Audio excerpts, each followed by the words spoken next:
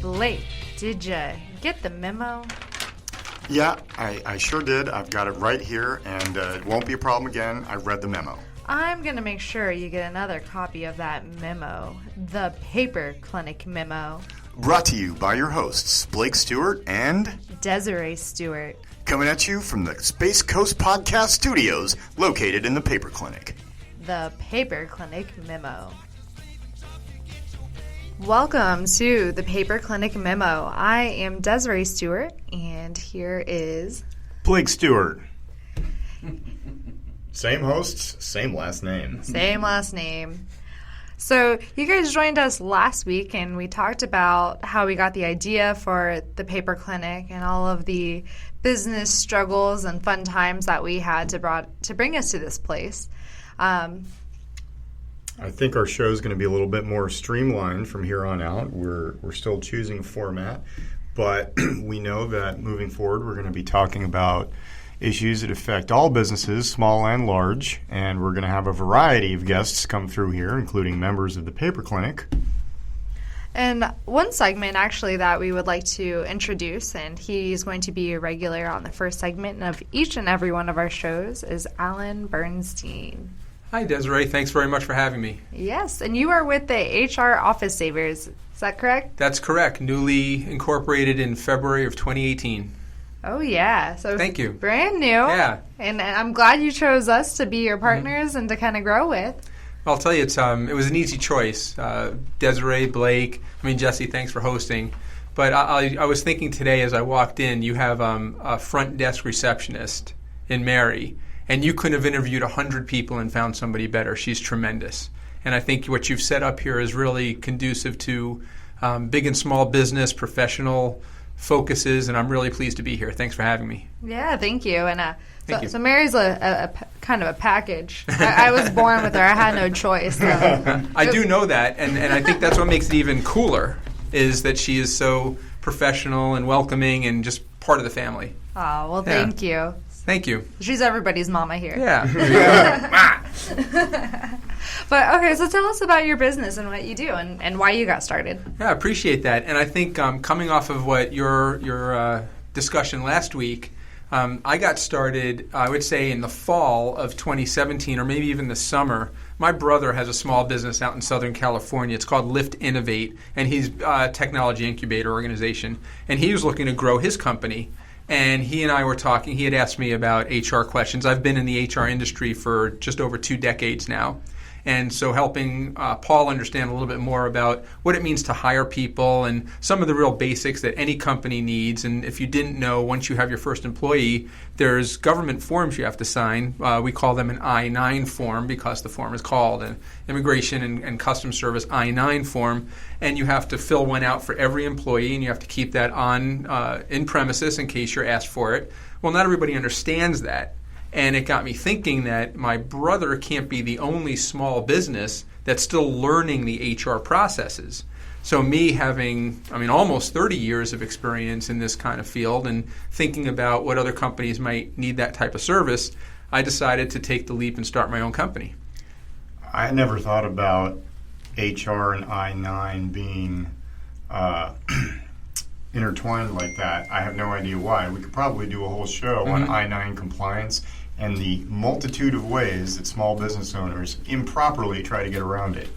Absolutely. And it's not just I-9s. There's a whole bunch of forms, and there's employee files. I'm sure you all keep those. And how do you separate and which paperwork goes in which file, and how do you know what to keep handy, and when do you let an employee look at a file and not look at a file? These are the day-to-day things that people don't think about when they open up an office, typically, until they have to deal with it. Performance management. What if you had to let someone go? Nobody takes a job or hires someone expecting to let them go, but it happens, obviously.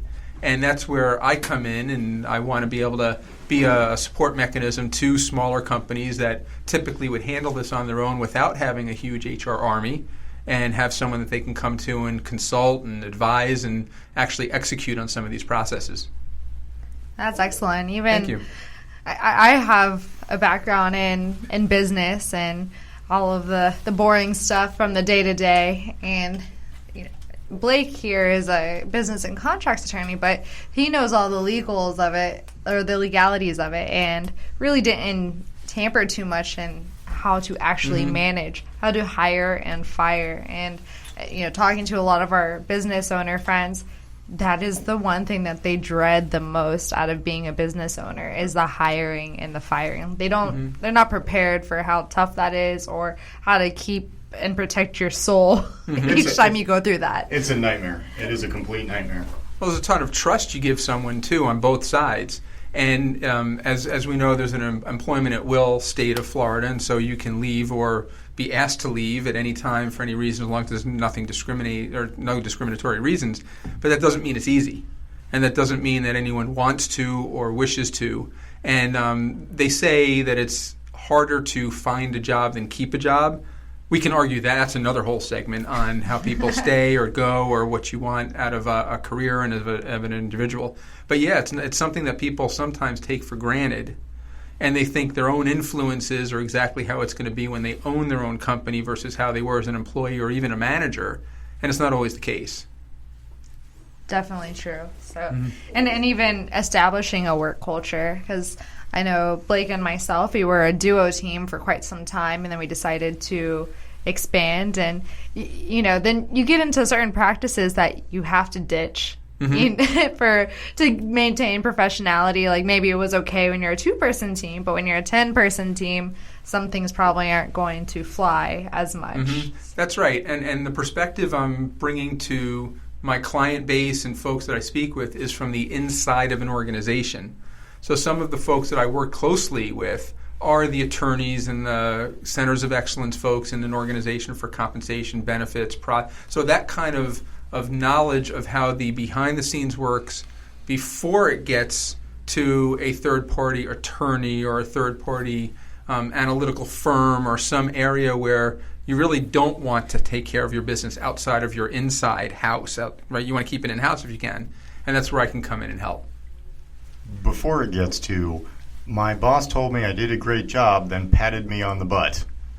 Bring Alan in. That's right. Yeah, do not do that. Yes. I think that's one tip you could take away from this. That's right. Good game. That's right. And unfortunately, that stuff really does happen. We know, we see all types of issues in the news today. And Matt Lauer. Well, for example, and I think what people forget, and I was really interested to read about the Roseanne situation, because it's the first time I've seen an article talk about not just the verbiage itself or what created the problem, but the after effect of the problem. There were close to 200 people that lost their jobs because somebody wasn't thoughtful in their approach on how to manage social media or communication, or in some way wasn't cognizant of what society demands, and more importantly what the company demanded.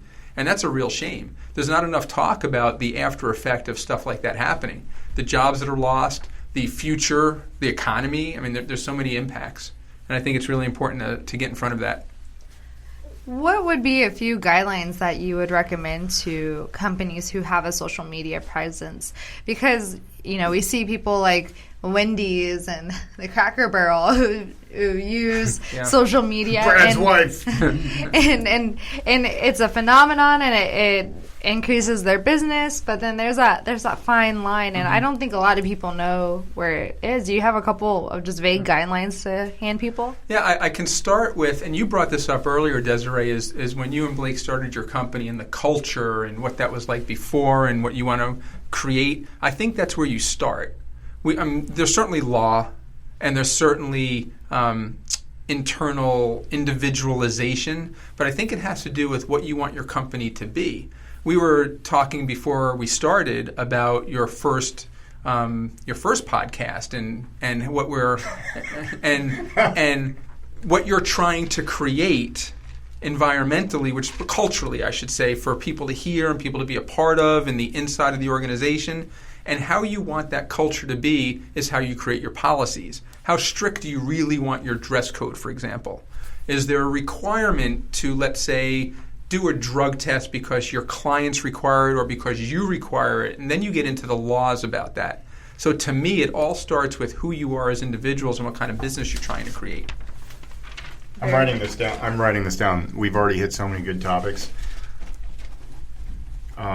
I feel like a lot of, and I don't know the laws behind this, but let's talk about that. Every time you get hired at a big company, we do random drug testing. But they don't. They really don't. And a lot of times, I didn't even take a drug test to start working at a Fortune 500 company. I'd do a background check, and then I'd sign a paper saying that I understand that they do random drug tests. But they're not really random. They just don't do them unless they think you're doing drugs, and then suddenly they drug test you. So is that the right way to do? What makes it random?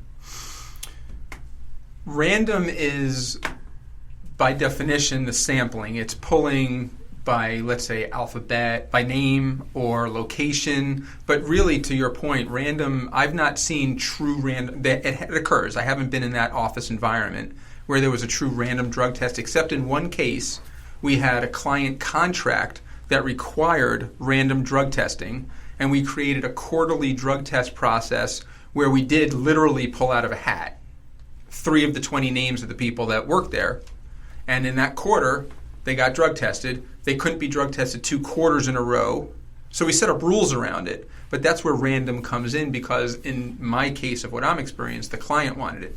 You could, if it were required, if you were worried about some type of liability in your office, that if someone came in here high and threw a chair out a window and it hit someone who was walking out the front door and they die. Yes, it's crazy, How did right? he hear about this? Ow! I thought we kept that out of the news. And so this is where, with our human resource hats on in a company, we tend to think, what is the worst thing that can happen, and how do we do our best to prevent that? And in the end, you really can't stop someone from walking in the building high unless you have some kind of weird drug test. Breathalyzer to come in the door. Nobody does that, right? Yeah. So it becomes very independent to the organization and the culture you want to set up, and what does the client need, and what are you trying to create? What indeed? I mean, we go back to this, like, I'm working with one client now that she wants, in her office, it's very important that she has a policy for breastfeeding mothers. So they know that if they get hired, if they become pregnant while on the job, they know that they're covered in a way that they're allowed to take time off, because there's not other vacation time or other areas where they could do that with PTO policies and so on. So it becomes very specific to how you want to build, which you're allowed to do as a small business. Yeah, one of my favorite books is actual by Sheryl Sandberg, and Lean in. Lean in. And, you know, with all of the Me Too movements and, you know, women coming up in the workforce and, you know, and then with the drug changes and marijuana maybe being accepted as a prescription, we're running into these things that for decades we haven't had to worry about. So, and even with the Starbucks debacle shutting down to retrain all of their employees on one day, I think that it's really raising some eyebrows and making awareness that small businesses need to think about HR and guidelines. And I think you're in the right place, the right time, and you're going to have some really good businesses looking your way to prevent those disasters. I appreciate that. I think where we're able, human resources people are able to make the most impact is by being available and being able to understand the company's policies and processes, procedures, and going back to culture and where the company believes that their behaviors will impact internally and what they're trying to become. And that goes to how, I mean, you get the Harvey Weinstein issue, right? So where he culturally, that's what they say, quote, the industry, unquote, right? Well, so whoever they is, the industry is allowed to act in such a way. Well, now they're not. They may still, right? But I mean, they got caught. So, yeah, that's what we're trying to do. Well, we're really glad to have you, Alan. Thank you so much. I'm glad to be here.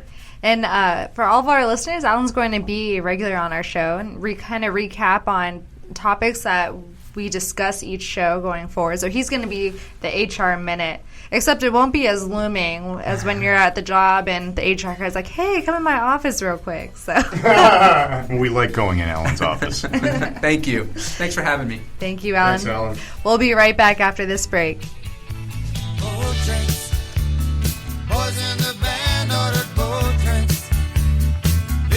Scored on the home rink.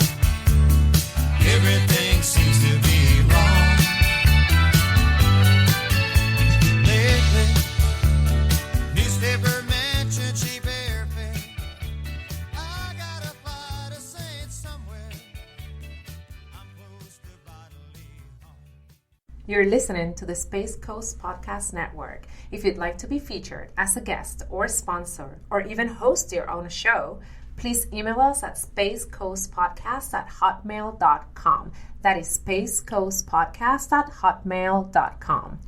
Space Coast Podcast. Talk hard. Hey, make sure you check out Space Cowboy Justice with your hosts, Blake Stewart and Paul Daly. We're going to be talking about interesting legal issues in the entertainment industry and everything geek. If you're into Star Wars, Star Trek, Lord of the Rings, comic books, we're talking about it. Coming at you from the Space Coast Podcast Studios. Hola, I'm Bibi. I'm Liliana. And we are your hosts for Brincando el Charco, the program where we talked about being raised in Puerto Rico and growing up in Puerto Rico and now living here in the States and raising our kids here in the state. Tune in every week and please follow us on Facebook at Brincando el Charco Podcast. Boricua está en la luna.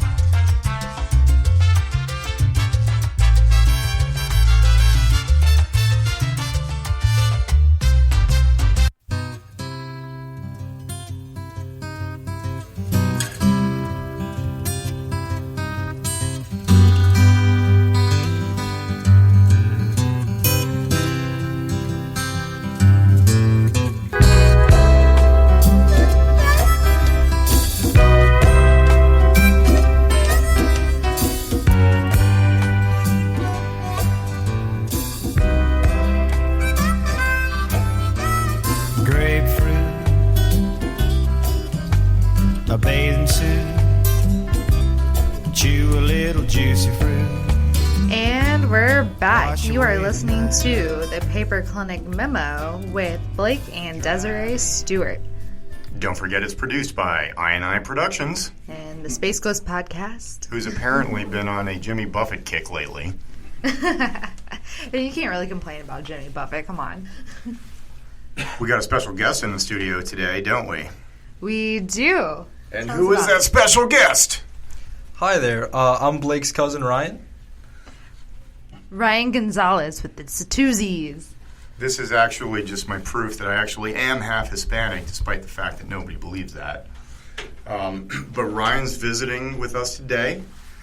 He's thinking about becoming an attorney. He's currently getting his mechanical engineering degree from the University of Florida. Go Gators.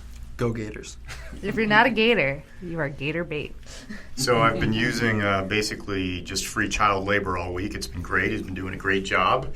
And now we got a few things in business we'd like to talk about and get his take on. So Blake and I got into a little bit of a tiff or disagreement last week about the definition of ex-zennial, because he resists the fact that he is a millennial. He thinks he's purely Generation X, which I always debate with him. But so here, I think it's Merriam-Webster talking about whose generation, the ex-zennial. So it may be a word, but the Friendly Dictionary, of course, defines it as a generation between Generation X and the millennial. So those born between 1977 and 1983. And guess, wouldn't you know it? That's you, Blake. Join the club. This is a phony, made-up term. This is clickbait. This is just something that somebody invented so that they could have an internet article that's like, oh, let's talk about the new generation. Did you know there's one in between Gen X and the millennials? It's Exennials! But this isn't Wikipedia. This is Merriam-Webster. I know. So even They're getting pretty close to the same level of credibility these days. Well, so in CBS New York says, if you remember dial-up internet connections, ever owned a flip phone, made a mixtape, or remember when the New Kids on the Block shot to stardom the first time, then you may be an exennial. Now, I've done some of those things. I made a mixtape, although it was a mixed CD that was like the go-to, birthday present for your girlfriends and stuff. I think you made actual mixtapes, and you probably had to press the record button, right? I'd be very impressed if you even knew how to operate a cassette player to make a mixtape. There's an art to that. See, the thing about millennials, though, is that if you liked karaoke, which I'm half Filipino, so Asians are very fond of karaoke, let's be honest. She loved me a long time. But all of those are on cassette tapes, so you had to know how to work them and rewind them and all that fun stuff. But but what I thought was specifically very useful for this group, and we like to keep Jesse Hall, realtor, and include him in all of our conversations. And I think next week is going to be a segment just on him, and we'll recap how we met and give the shout out to the bar crawls. Oh, yeah, that'd be fun. But so we have technically 4 micro generations in here. I think, Jesse, do you consider yourself pure Generation X, or are you an Xennial as well? Yeah, I guess I should get in front of the mic. 'Cause that's a long-winded. That's a long-winded What? one. It doesn't I have to be. actually felt at home with this new Xennial, because Generation X was a little bit before my time, and certainly the millennials. I mean, I don't want to be the old guy, pretending he's something he's not. Again, millennials were previously defined, like 82 or 83, to almost 2000 or so. And so not even 2000, to 90? To like 96? 96 or something. 7. So anyway, I didn't identify with those people. I was babysitting those people, okay? I identified myself, and I hung out with the older crowd in my neighborhood. So, I mean, we listened to the same music. Of course, I had, my boombox, which was a dual cassette, so I would record, from the radio. So I remember the good old days of recording from the radio or dubbing from a friend's cassette, because I had that boombox and I spent hours on it. And, probably fueled my passion for what I do today with production. But I'll tell you what, nothing trumps, that period of time than, some of those identifiers. And when I saw that article, I was like, well, there's my home. That makes more sense, because I could relate to all of those different things.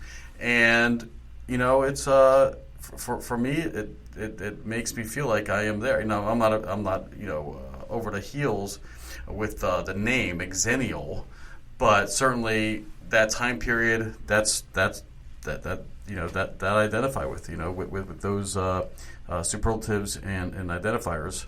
What else do you have? If you don't like that name, they actually call you guys the Oregon Trail generation. Or I had a. Did you a die of Commodore dysentery? 64. No, I had a Commodore 64, and no, wait, maybe I did. But I had a Magic 8-Ball. I had, those were the days, man. I mean, Commodore 64. This is like before Ataris and everything else. We were the first on the block to adopt, having a Nintendo. Most millennials only remember like a Sega Genesis, and afterwards they remember, some of those type of things. They don't remember the good old days of blowing in the cartridge to get it to work again. Listen, we had to struggle. Let me just say. Struggle was real. The struggle was real. Well, and I'm purely millennial. I'm like right in the middle of all that, where I played Oregon Trail, but it was kind of like one of those old things you got stuck with and you just played because you were bored. But I learned how to read using Sesame Street on the computer and stuff, and I had a cell phone in high school, and my mom never put on the text message plan until after college, so I still had to actually Cell phone in high school. get on and call. But then Ryan, I think you're like at the cusp too, or you're a millennial, almost Generation Z. Almost Gen Z, yeah. Yeah. I don't like being grouped in with Gen Z. He doesn't like labels. I'm not a fan of labels, especially Gen Z. I'm not a fan of the new generation. But, I'm right in the middle between millennials and Gen Z, because I remember the end of dial-up, and I remember You flip do? phones. I do. I was there for the tail end of it. Ear. Yeah. When was that? That was the end of the 90s. Yeah, because Early 2000s. Because Windows 95 came out, and I was in high school, and we all got the AOL disk in the mail. Sometimes many of them, so we all had AOL accounts. But yeah, I remember the very beginning of that. Yeah. I remember my sister had an AOL account. and she AOL Messenger. That's how the friends messed around in middle school because that was cool. AIM. Yeah. We're all in the AIM. I still have my AIM account. Thank you very much. AIM just died last year. Did you see that? I saw AIM, the last AOL instant message was sent last year. What was it? I don't know. That's some good trivia. Well, I don't think that we can find out unless somebody was like trying to stake the claim, because technically that should all be protected information. Although I can't even imagine how many people were arrested because of stuff they texted. Or not texted, well, probably texted too. Instant message. I seem to remember that, people were getting arrested for instant messaging about drugs and committing crimes and things like that. Oh, well, now they have that. They post on Facebook. They've got several people who've posted on Facebook about whatever crime they just did. Oh, it's horrible. I think there was one locally that it was teens making fun of somebody drowning in a lake. Oh, yeah, on that Facebook was Live. Beach. Yes. That's atrocious. But that's that would not have happened in the 90s. Oh, because they couldn't. They couldn't record that. And it was kind of okay to beat young kids for doing things that were crazy stupid. I think a neighbor would have come out and beat them with the broom maybe. And then everybody else been like, yeah, right on. You should definitely beat them. You can't spank your kids anymore. We are trying to have kids. And, I got, my dad. I don't want to point any fingers, but I may have been spanked a few times. I was spanked many times. I got timeouts. I had the belt. Oh, no. Oh, yeah. That sound. Oh, yeah. Over the knee with the belt. And more than once. How about you, Ryan? Was corporal punishment part of your... No, it was... I think it's a generation thing, too. You got timeouts and discussions. No, I got one spanking, and that was enough. Where, that scared me straight. Really? That was good enough, yeah. Scared straight. Well, once I got a chancleta and then just spoke Spanish way too fast to comprehend for about 5 minutes.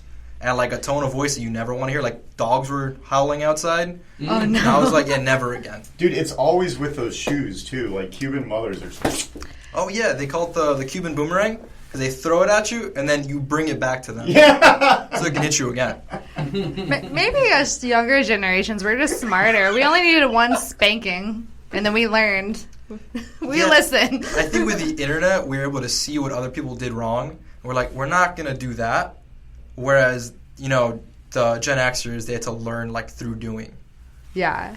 Well, and, So Ryan went to his first Rotary meeting with me today, and a few months back we had a speaker talking about the generations and kind of how the generations cycle every 4 times, depending on when you hit an economic hardship somewhere in your life. So for me, I think I was a teenager when the recession started, and I kind of saw my neighbors lose their jobs, and all of a sudden Sally down the street wasn't doing soccer anymore because her parents couldn't afford it, and they had to make sacrifices like that.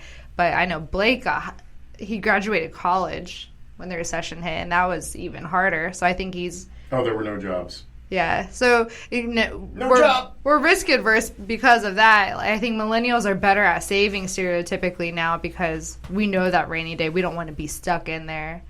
I have heard that millennials are really impressive savers. Yeah. Do you have a savings account? I do, actually, and I have an investment account.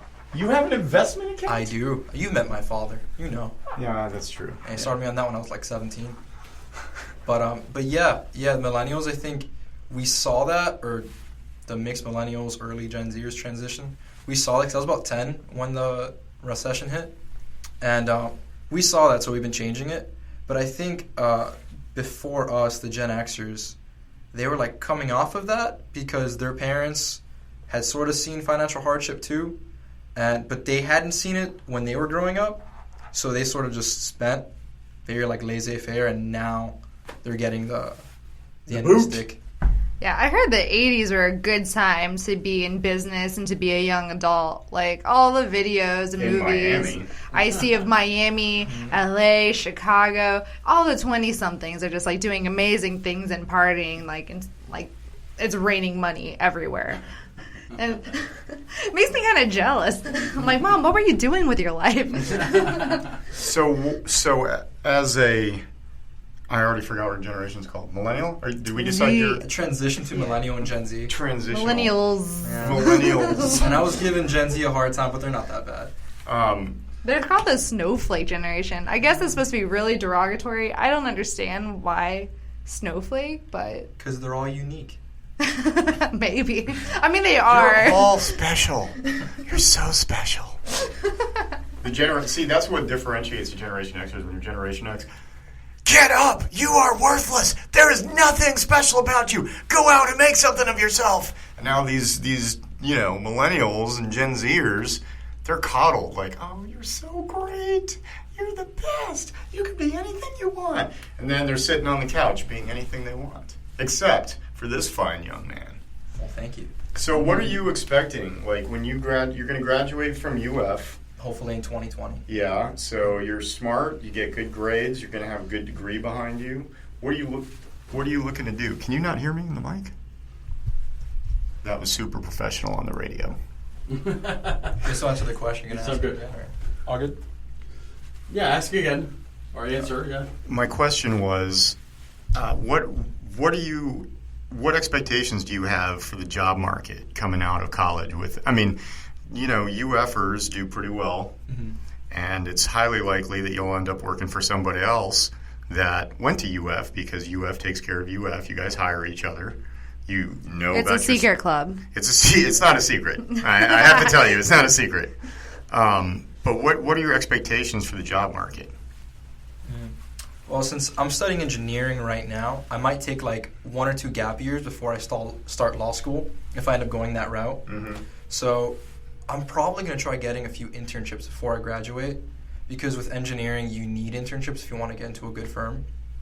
I'm hoping to get a job right when I get out, and I don't think it's going to be extraordinarily difficult with the resume I have so far and the connections I've built over the last 2 years. But I could see for someone, if they've just gone to university for 4 years and haven't built any connections, I could see them having a difficult time. That's rush. That was rush. Get it? Rush. We'll see you after the break.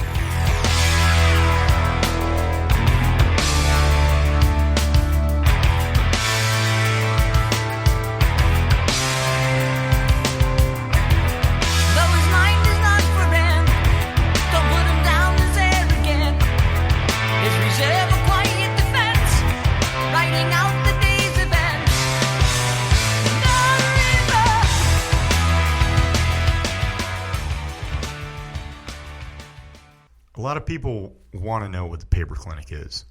And honestly, the Paper Clinic is a lot of things. It's a collaborative space where you can come and bounce ideas off other professionals. You can get advice from professionals in the field. You can get legal advice, insurance advice, and you can be the expert. You can advise people as to things that you know about. But the Paper Clinic's a lot more than that.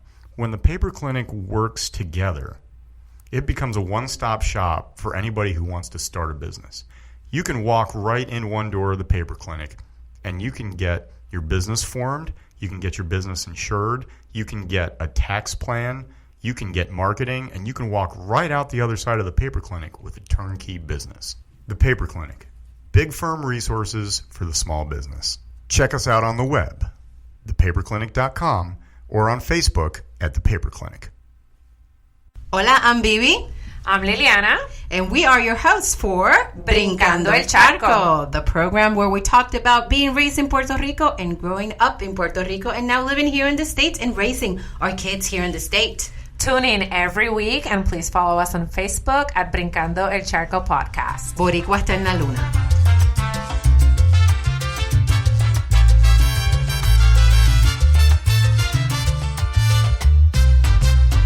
You're listening to the Space Coast Podcast Network. If you'd like to be featured as a guest or sponsor or even host your own show, please email us at spacecoastpodcast@hotmail.com. That is spacecoastpodcast@hotmail.com. Space Coast Podcast. Talk hard.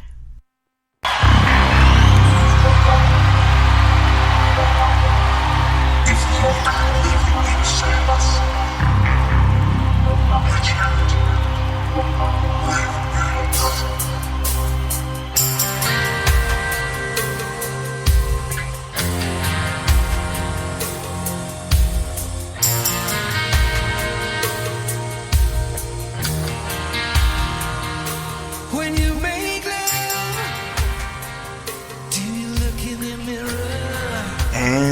back. So, over the break, we were talking about calling in bomb threats from payphones. So, I have to say, to get out of class. Now, you can't do that stuff anymore. That people take that seriously. It was a completely different time. I never felt I was part of a generation of kids that didn't have school shootings. I was in high school when, what was it, Littleton, Colorado? Columbine. Right. Columbine, when Columbine took place, and that's something that I find very interesting because you may be part of the last of the generation that goes to conventional school because as these things, Desiree and I were talking to somebody last night who stopped sending their kids to public school after the Miami shootings. Yeah, the Marjorie Stoneman Douglas. Yeah, man, that was really crazy.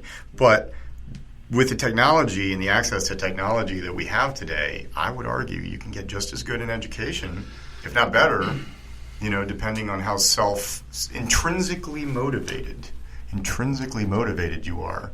You can get a better education. Maybe we're not there yet, but that's certainly the way things are going. Well, and we were talking about, the Generation Z. People make fun of them about being the snowflakes and unique and wanting to be coddled, but you got to remember these kids are going to school not knowing if their school's going to get shot up in one day. And that's a very scary thought for any teenager who's still in high school or middle schooler. And, everybody goes through identity crises. And, even I went through my goth stage wearing all black and stuff. And Blake definitely did. He stayed in it a little longer than I did. Do you remember that stage? You might. I barely remember it. I had the mohawk and... I was really little, but I do remember it, you and David. David didn't have the that phase. Yeah, David didn't go through But that. I remember you having the mohawk. That's when you had the Mustang before, right? Originally. No, I had a Monte Carlo back then. That's what it was. Yeah. So many cars. Yeah, I had a Monte Carlo Super Sport. But the climate certainly did change even as I got older because, Columbine was when I think I was in elementary school. And then, even when I remember I was a junior in high school and the senior class, the class ahead of me, actually their senior prank was coming with a bunch of water guns. And they were dressed in all black and they just were shooting people with water. Now, as a student, and I knew the students who were doing it, I thought it was funny. But And we were all freaking out, like, why is the news and why are our parents making it such a big deal that these people came in, not realizing the gravity of the situation. So it's very interesting seeing it evolve and how it kind of affects how people are going out. Like, millennials aren't even going out at night as much anymore. Like, the bar scenes are having to really be inventive to get people to go out and have a few drinks and dance. And that's kind of crazy. It's really changed now. And I mean, like I was saying, I am that transition between millennial and Gen Z. It was towards the end of my academic career that I started seeing that. Like, my senior year was when we had a bomb threat the first Friday of school, a shooting threat during our AP Calculus exam, which we were sort of okay with because there's a rule that if someone gets shot during the exam, everyone gets an automatic pass. Really? Yeah. And we're all like, who wants to take one for the team? Let's do it. But that's been a thing for a long time. Yeah. Like, I think if your roommate commits suicide in college, you automatically get straight A's for that semester. That semester, yeah. Oh my goodness. So, well, we hope nobody. That's tragic though. That would bring you years of heartache after trying to deal with something like that. At least you got straight A's. But well, we shouldn't. Okay. I'd rather a few B's than losing a friend. We're not supporting yeah, this. we definitely don't support this. No. There's, But it's brought a special challenge with the Paper Clinic because we are open to a lot of generations. We have everything from Gen X to some Gen Zs and millennials and exennials and and it's now we're figuring out how do we communicate with one another? How do we align our business ethics and kind of our way of life? Because personal preferences really affect how you do business and how you associate with clients, and even sharing clientele. Expectations may be different. But like for our clients, they're very used to texting us and emailing us and, Facebook messaging us. And we're generally okay with that. We don't mind chasing all those different media where a Gen Xer. Actually, Alan here. I'm like, do you have a Facebook page yet? He's like, no, I'm working on it. I'm like, oh, that was the first thing I did. I'm like, where's your Facebook page? But it's totally different. It's definitely difficult, especially because we all have different things we focus on, and on different perspectives. Like for a Gen Z or a millennial, we're going to see everything primarily through our social media accounts. I log on my Instagram at least 3 times a day, or my Facebook at least 3 times a day. I'm going to see an ad there, and that's probably what will lead me somewhere, unless someone refers me. Whereas for probably a baby boomer, that's through almost always a straight reference, unless they're one of those parents that just discovered Facebook. Yeah. And that. Then they're on Facebook more than we are. We can't help that. Yeah. That is every child's worst nightmare. That day your parents discover Facebook, and then the next day they discover emojis. Oh gosh! And they discover Facebook Messenger and send you messages at 2 a.m. Oh no! Repeatedly. Or track your phone. Oh, they love to do that. But even so, as a token millennial in this group here, Snapchat is something that I can't get my head around because it came out when I was in college, and for me, I was just like, oh. It's just a nasty place where men send me bad pictures I don't want to look at. So I've never been on there. But now people are more like, you got to be on Snapchat to be relevant in business for, these younger generations. And, I'm like, what would I even snap? A contract? My desk. Yeah. Honestly, yeah. I mean, Snapchat came around when I was in the middle of high school. That's when it became really popular. And it started off with just, you can only message your friends, Snapchat back and forth. And then they added ads now, and they have different featured companies that I think they pay money to Snapchat, and they put up their Snapchat stories. Yes, stories. Yeah, and that actually, I think of the social media, that's the one you have to focus on the least, based on Facebook, Instagram, and Twitter, and Snapchat. But Snapchat is becoming much bigger, and that's something that you could definitely look at. And the pictures you can post are your desk, the view outside of your office, random goofy things. But I feel like that's what Instagram is for. Or Twitter. Twitter, you can post a picture and say, 22 words? 162 They've characters? increased the character. Oh, they have? Yes. And you can put links. Who's got time for that? Yeah, right. Well, and Aziz Ansari, if you guys watch Writing and and he's like, I'm getting to that age where all my friends have podcasts, and we're starting ours here too, right. And I'm like, oh no, but then a lot of the younger generation still tune into it as well, which I think is very interesting. Yeah. But it'll be interesting how Amazon and Alexa and Siri all are going to respond to podcasts. How that's kind of we're hoping is going to boom and people actually hear us because we don't just talk for fun, even though this is fun. It's a lot of fun, and we are Space Coast Podcast. We are in the right places. Exactly. So Google Play, iTunes, we're in the right places. Spotify, yeah. Well, Spotify, it takes up to 6 weeks, so we're waiting. We have a pending application. Gotcha. Yes. I'll see if I can grease that wheel. There you go. I love it. Attention, Spotify. You've been sitting on this application for 3 weeks. You will cease and desist sitting on this application.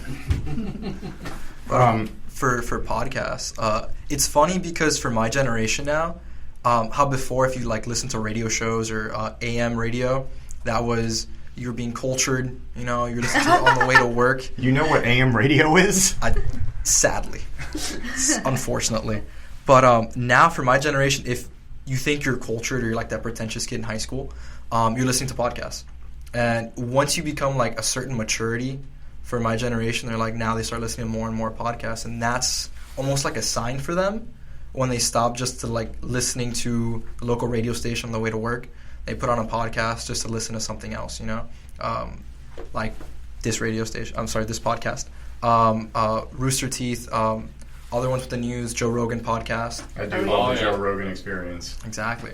And that's something we talk about now, and that's the mature students, I guess. So is that, is that literally did you catch JRE, yesterday? I didn't. No, I'm saying, is that a normal conversation to have? Did you catch JRE yesterday? Oh, yeah. What'd you think of the guest? Yeah, I have friends that I talk to all the time. I'm did you hear the new Rooster Teeth podcast from this Friday? And they're like, oh, no, I didn't catch up on it. Listen to it now, and we'll talk in 2 hours.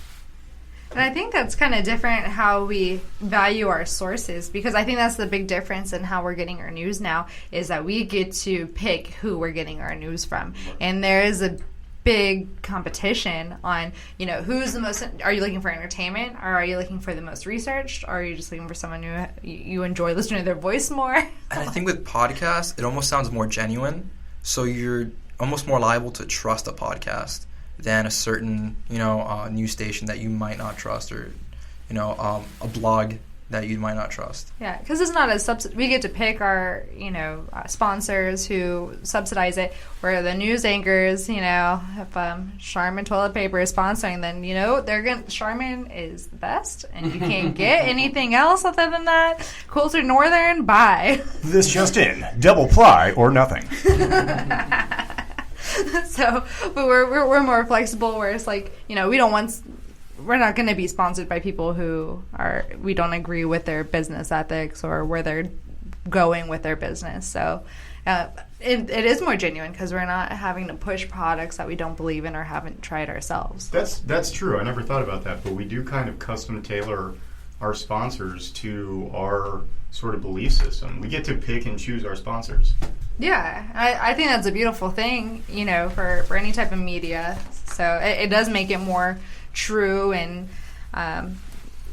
newsworthy. So and more honest, I think. Yeah. And it helps set you aside, like, as in your own niche, versus a lot of radio stations and TV shows are going for a broad audience. Whereas when you listen to a podcast, you're like, this is the podcast I want to listen to for this exact subtopic in this topic that you're going for, Whereas everything else, it's just we're trying to get the most amount of people of whatever types. No, I know. We want people like us listening to us. I don't know if you folks got a chance to listen to the Space Coast real estate show recently, but we had... Did we have a special guest on there? Yeah, we were fortunate to have Commissioner Smith in the house. Commissioner Kurt Smith. He is the county chair for the commissioner board. Yeah, District 4. District 4. And like I said in my last show, he's doing a good job. We'd like him to keep it up. That's right. Did you manage to work Monstrumental into that interview with him? I neglected to. You need to be on that. Monstrumental is the best. I mean, you want to talk about a word that's going to be climbing the Webster's dictionary charts? Monstrumental. Do that right meow. Right meow. Right meow. Oh, and by the way, I just wanted to mention that we ran out of time before we were able to talk to Tom last week. He came all the way up here, and we just ran out of time, but we're definitely going to be listening to some really interesting things about manufacturing this podcast. We're looking forward to having Tom on the show in our next segment. Right after the break.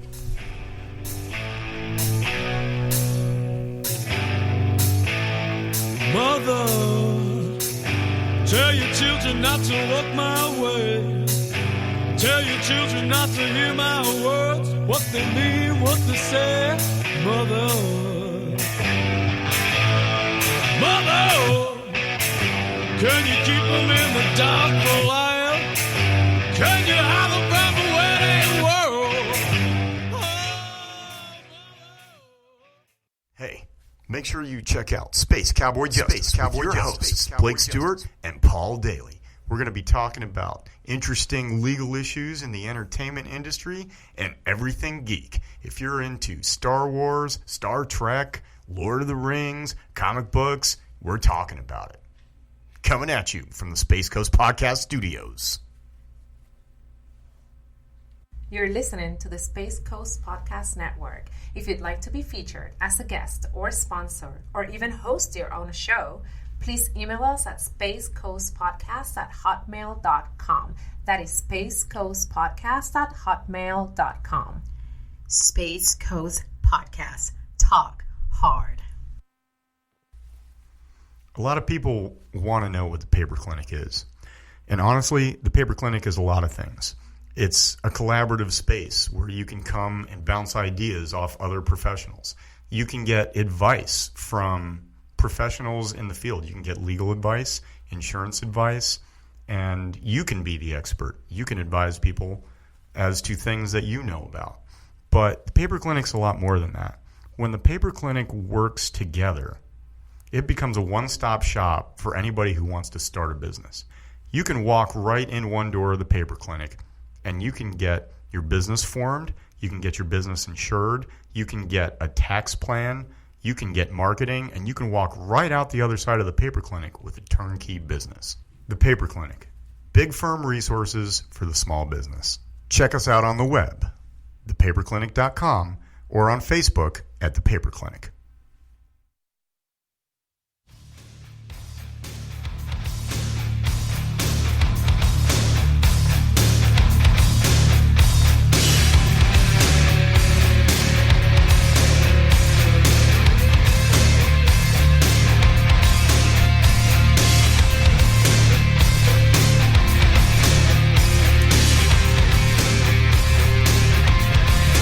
Welcome back. You are listening to the Paper Clinic podcast. We finished up the last segment talking about how we had Commissioner Kurt Smith on Space Coast Real Estate show coming and talking about his platforms.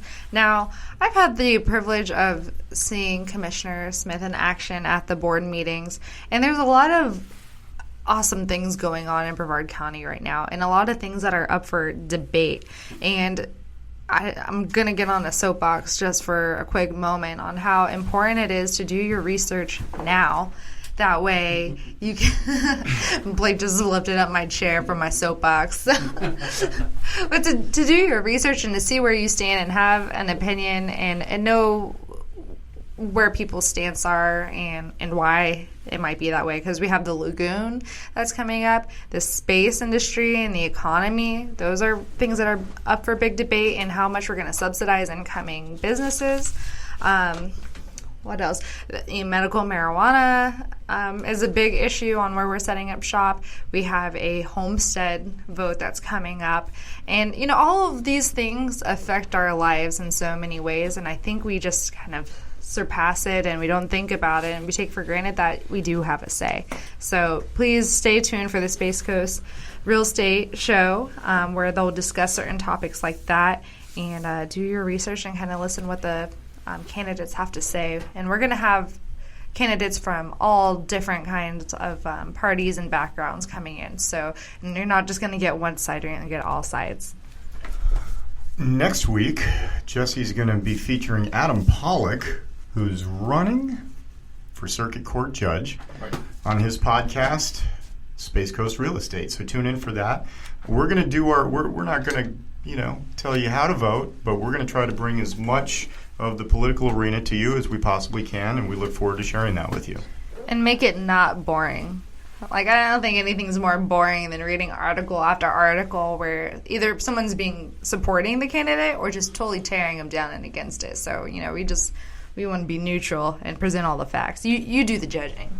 I'm kind of thinking about putting on a Venom mask and then just busting in on your show and asking them one hard question.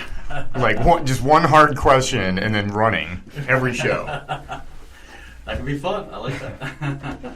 Would they accept that? It may startle them, but anything happens at the Space Coast Podcast Studios. Anything. Talk hard. That's right. So there was no lemonade at this podcast, but I did have a good chai tea. That's true. And don't forget to check out our friends Brincando El Charco. They're going to be bringing you Latin flavor, what it's like to grow up on this side of the pond after being born on the other side of the pond. And I think that my cousin would be an excellent guest on that show, and I'm going to see if I can push that. Would you guys like to hear more of Ryan? En español, solamente en Brincando El Charco.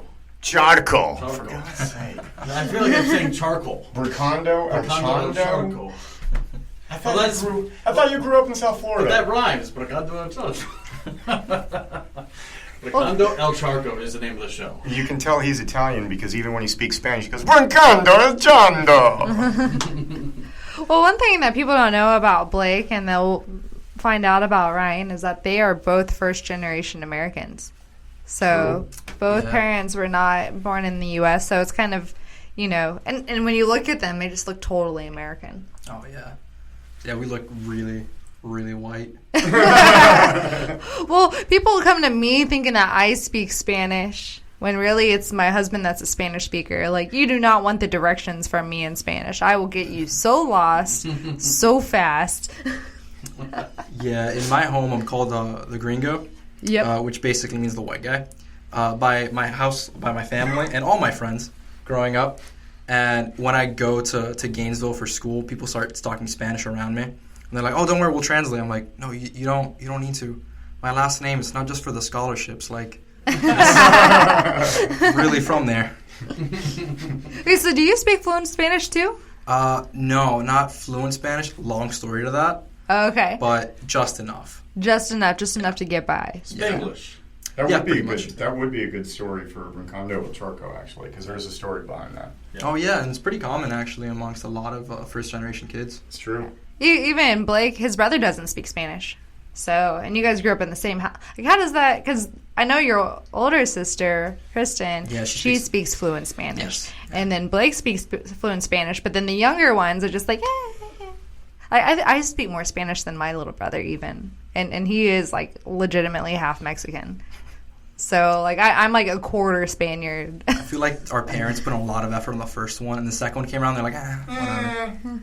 It's too much work. I barely want to teach them the ABCs. I'm not going to teach them in 2 languages. Especially for me, my twin brother, like, oh, there's 2 of them? Nah, that's way too much work.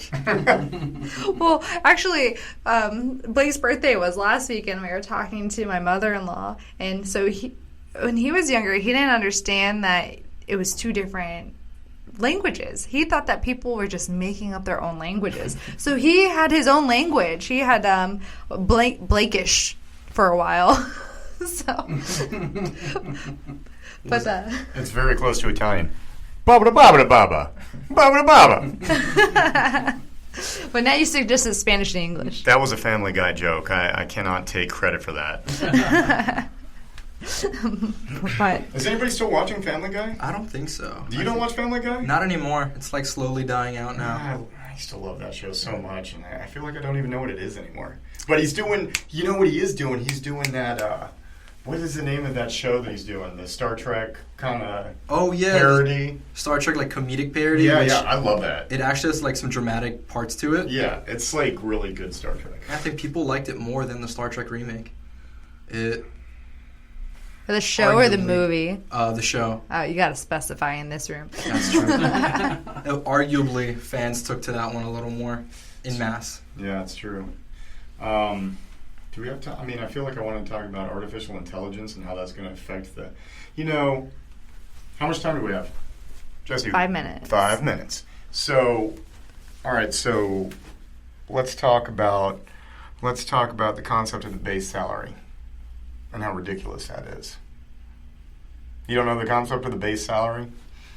I'm here to learn. So with all jobs in manufacturing, a lot of physical labor, a lot of correlating, a lot of calculating, it's being run by computers now. Mm-hmm. And so a lot of people are finding their skills outmoded, right? They're being replaced with computers. And so there are actually some countries in Europe that are they're having like violent protests. I don't know if they're violent. Do the Europeans get violent about anything? They do have the running of the bulls. Yeah, but the bulls are violent. Yeah. The bulls are violent. The Spaniards are running. But whose bright idea was that to release them? Whoever released them is the violent person. Yes. Got to get down to basics here. Right. Somewhere else in Spain they have the big tomato. The tomato fight. My buddy Yes. Anthony Furlano attended that. He got to go to the tomato fight. I heard it stings. Furlano. It's in your eyes, and it just stings, and it's just sticky and gross. But Furlano. No, but so the issue is that all of these people are finding that their skill set is going to be outmoded and they're essentially being replaced by computers. So how are they supposed to earn a living? I will tell you my take on it. My take on it, and perhaps it's because I'm a first-generation American, but my take on it is if my skill set becomes outmoded, I will learn computers. I will learn whatever the skill is that is in demand. That's what you do. You survive, right? You adapt, or you fail. And so I don't think there should be a base salary. Now, I am concerned about the level at which AI and technology is increasing. I'm kind of afraid to see a Terminator walking down my block one of these days. You know, the Russians built one of those. Really? Have you seen it? No. There's a Russian Terminator that shoots guns accurately. Ooh. Well, we have drones that shoot guns. We do. Anyway, so what do you think about that? Yeah, I agree with you on if your job is being outmoded, you should probably find a new skill set. I mean, on that topic, I've talked to other mentors before, and other people I've given different TED Talks and whatever, other talks. What they've said is no matter what degree you get when you're at university, you should think about getting a minor in computer science or learn how to program. No matter what you're doing. You could be studying history, you could be doing economics, study computer science. That will get you a job no matter what. On the base salary, I don't really have a good opinion on that yet because I haven't researched it enough to give, an educated opinion on it. What an educated response. What an educated I don't know that was. Who is training you? I know. Yeah. Well, you're training me right now. So good job. But yeah, I'm leaning towards learn a new skill set and just go from there. But if it goes to, if like they outmode an entire industry, that's going to be pretty hard to tell a giant mass of people, good luck, Sorry. So, yeah. Well, I agree. I think it brings it back full circle about the difference in the generations, too. Because for the first time, majority of people graduating high school are going to college and getting higher educations. And so they're entering the workforce, but now you're having these, Gen Xers and some of the baby boomers that are staying in the workforce, and their occupations are getting outdated and taken over by computers, and they don't have the luxury of going back to school, or maybe you can't teach a old dog new tricks, so they can't effectively learn a whole new skill set. So and that's that's a big fear for them. I totally understand why they think that they're threatened with the new millennials who are coming with these higher educations. But then how long can we persist with a higher education with the amount of student loan debts? Good Lord. Yeah. So, it's kind of like the chicken or the egg at this point. And also, in higher education, there's only a certain amount of jobs you can really get. I think the STEM field is the only one that might be an exception to that because that's what's growing rapidly, so there still might be jobs for every student getting a degree there. But not to put the other degrees down, but for a lot of the arts and, history, education, for a lot of them, there's a limited amount of jobs they can get. And so they're going to graduate, and it's going to be tough to find work for them. So, for them, they're going to have to study, like I said, minor in computer science would be helpful. And if not, I think we're running out of time, but I think people are forgetting about trade schools as well. Oh, yeah. The trades are always necessary. Yeah, I don't know if that's getting a little off topic, but I feel like people forget about trade schools, and they do not promote that enough in high schools anymore. There'll always be toilets and electricity. Exactly. Kurt Smith mentioned a little something about the trade schools being important, and I know that Kurt Smith and Matt Susan worked really hard to bring the focus back to the trade schools. I'd like to thank our special guest, Ryan Gonzalez. Thank you so much for being here. Thank you, Ryan. We want to thank Alan. And Alan Bernstein with oh HR Office Savers. We've ran out of time again, Tom. I'm so sorry, but next podcast, I promise we're going to get to you. Folks, stay tuned because we're going to talk to Tom Zach next week. Paper Clinic Memo. Come back next week. Space Coast Podcast Studios.